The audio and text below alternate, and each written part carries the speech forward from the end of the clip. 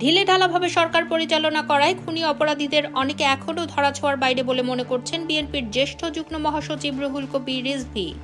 আজ বৃহস্পতিবার পল্টনে বিএনপির কেন্দ্রীয় কার্যালয়ের সামনে আমরা বিএনপি পরিবার এর উদ্যোগে প্রতিবন্ধী রিকশা চালক মামুনকে আর্থিক সহায়তা প্রদান অনুষ্ঠানে মন্তব্য করেন তিনি। রুহুল কবির রিজভী বলেন, ঢিলেঢালাভাবে সরকার পরিচালনা করায় খুনি অপরাধীদের বিচারের ধীরগতি অনেকে এখনও ধরাছোঁয়ার বাইরে। এ কারণে পরাজিত শক্তি আবারও ক্ষমতা ফিরে পাওয়ার স্বপ্ন দেখছে। বিএনপির এই নেতা বলেন, সারা দেশে আইন শৃঙ্খলা পরিস্থিতির অবনতি হচ্ছে। শীর্ষ সন্ত্রাসীরা তাণ্ডব চালালেও পুলিশ প্রশাসন কোনো ব্যবস্থা নিচ্ছে না।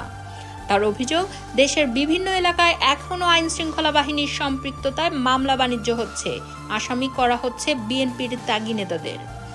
এসব কিছু শক্ত হাতে দমন করতে না পারলে এ সরকারের প্রতি জনগণ আস্থা হারাবে বলেও মন্তব্য করেন রুহুল কবির রিজভী। ছাত্র জনতার অভ্যুত্থানের আকাঙ্ক্ষা যেন ব্যর্থ না হয় সে বিষয়ে সরকারকে আরও আন্তরিক হওয়ার আহ্বান জানান তিনি।